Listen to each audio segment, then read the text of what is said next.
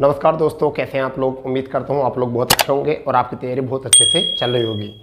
दोस्तों, UP PAT के course को कवर कर रहे हैं और यूपी पैट से जुड़ी एक विशेष पहल हम आगे लेकर चल रहे हैं, जिसमें आज जो हम बताने वाले हैं अपनी क्लास में, वह बताने वाले हैं हिंदी में 10 नंबर में अपनी अहम भूमिका छोड़ने वाले गद्य और पद के गद्यांश और पद्यांश पर।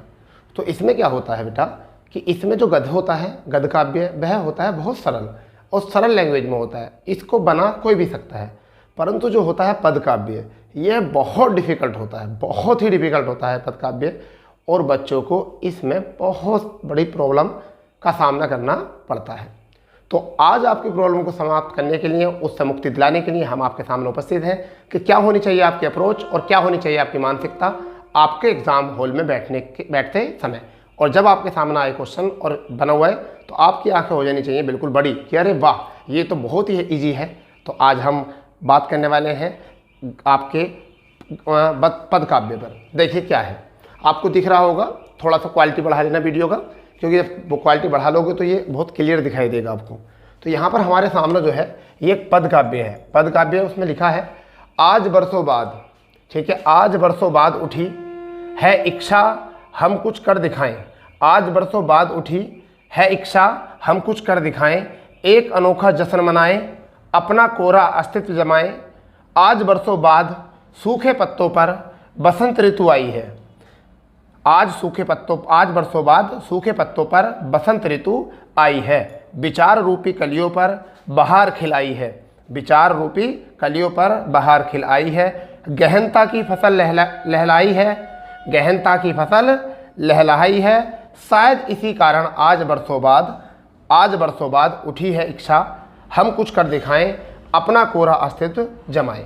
तो ये थी एक पंक्ति, एक कविता, जिसको हम पद काव्य बोल सकते हैं। और इसमें से हमें छांटने हैं ये क्वेश्चन, ठीक है। इतने ऐसे क्वेश्चन आपकी परीक्षा में आपसे पूछे जाते हैं, ठीक है। अब हमें क्या अप्रोच अपनानी है, देखिए ये अपनाना है कि हमारा इसमें क्या है, आज बरसों बाद उठी है इच्छा, मतलब मन में जिज्ञासा, कुछ कर दिखाने की, कुछ नया करेंगे। अनोखा जश्न यानी कि सबसे अलग जश्न मनाएंगे, ठीक है। अपना कोरा अस्तित्व जमाएंगे, यानी कि जो आपका अस्तित्व है, जो आपका आधार है, वो बिल्कुल कोरा है। उसको आज जो सबकी नज़रों में बिल्कुल कोरा है, आज हम उसको करके दिखाएंगे। आज बरसों बाद सूखे पत्तों पर, ठीक है, बसंत ऋतु आई है। तो इस तरीके से है। तो पहला प्रश्न जो है इसमें वो बड़ा ही प्यारा प्रश्न है। पहला प्रश्न क्या है, पहला प्रश्न उन्होंने दिया है कि कवि के मन में इच्छा उत्पन्न हुई है किस प्रकार की। कवि के मन में इच्छा उत्पन्न हुई है कुछ मतलब किस प्रकार की, कुछ महत्वपूर्ण कार्य करने की, मन से बात करने की, खुशी मनाने की, अपनी पहचान बनाने की। तो देखिए, एक अनोखा जश्न मनाने की, अपना कोरा अस्तित्व जमाने की, ठीक है, आज बरसों बाद सूखे पत्तों पर, ठीक है, बसंत ऋतु आई है, ठीक है। तो अब क्या है कि यहाँ पर था विचार रूपी कलियों पर बहार खिल आई है, गहनता की फसल लहलाई है, शायद इसी कारण बरसों बाद आज हम कुछ। तो ये क्वेश्चन कहाँ से बनेगा, आज बरसों बाद, कहाँ से क्वेश्चन बनेगा, आज बरसों बाद हम कुछ कर दिखाएं, हम कुछ कर दिखाएं, एक अनोखा जश्न मनाएं, अपना कोरा अस्तित्व। तो इसका मतलब क्या है, कुछ महत्वपूर्ण कार्य करने की, यानी क्या करने की, आज मन की इच्छा उत्पन्न कैसी हुई है। तो मन में इच्छा कैसी उत्पन्न हुई है भाई, तो इच्छा कैसी उत्पन्न हुई है, यहाँ देखिए इच्छा जो उत्पन्न हुई है बेटा, यहाँ जो इच्छा उत्पन्न हुई है वो क्या हुई है, हम कुछ कर दिखाएं। कुछ कर दिखाने का मतलब, और एक अनोखा जश्न मनाने का मतलब महत्वपूर्ण, ठीक है। तो यहाँ पर क्वेश्चन क्या बनेगा हमारा, कुछ महत्वपूर्ण कार्य करने की, ठीक है बेटा, कुछ महत्वपूर्ण कार्य करने की। तो इसका हमारा आंसर हो जाएगा ए। फिर है सूखे पत्तों का प्रतीक है। तो यहाँ पर देखो क्या है, आज बरसों बाद सूखे पत्तों पर, आज बरसों बाद सूखे पत्तों पर बसंत ऋतु आई है।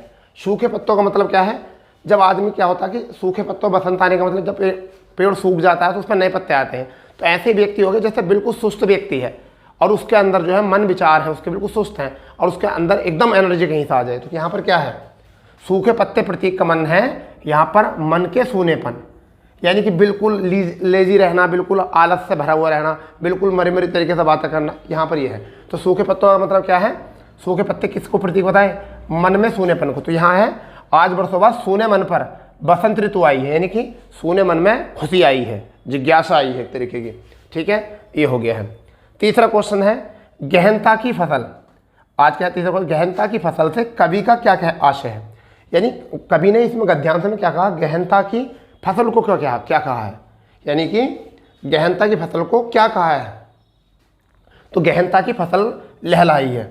यानी कि आदमी जब कहता है, कोई क्वेश्चन करता है तो कहता नहीं है भाई गहनता से सोच, गहनता से यानी कि डीप से सोच। तो इसमें क्या कहा गया है, विचारों की परिपक्वता को, यानी कि अपने जो विचार हैं उनको परिपक्वता को कहा गया गहनता की फसल। क्या कहा गया है, अपने विचारों की परिपक्वता को।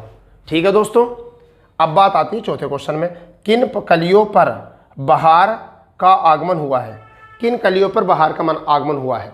ठीक है भाई, तो कलियों पर किस पर बहार का आगमन हुआ है, यहाँ पर भाव रूपी कलियों पर, विचार की कलियों पर, ठीक है, छोटी नई कलियों पर या शुष्क कलियों पर। तो आपके किस पर, विचार पर, क्योंकि जो आप विचार कर रहे थे, जो आप सोच रहे थे, देखो क्या है, विचार रूपी कलियों पर। कहाँ पर आया है, विचार रूपी कलियों पर बहार खिलाई है। तो कहाँ पर आई है भैया, विचार रूपी कलियों पर। तो आपको यहाँ से क्वेश्चन बन ही गया होगा, बेटा बिल्कुल सही पहुँच रहे हो। यानी कि इसका आंसर बना ए, यानी कि कुछ का महत्वपूर्ण कार्य करने की। यहाँ सूखे पत्तों का प्रतीक था मन से सूनेपन से, यहाँ गहनता की फसल तक मतलब था विचारों से परिपक्व होने की, और बहार कहाँ पर आई थी, विचारों की कलियों पर। तो दोस्तों इसी तरीके से हम जो है इसको आगे बढ़ाएंगे। ये है हमारा गद्य और पद काव्य में। आज जो हमारा था ये पद काव्य था।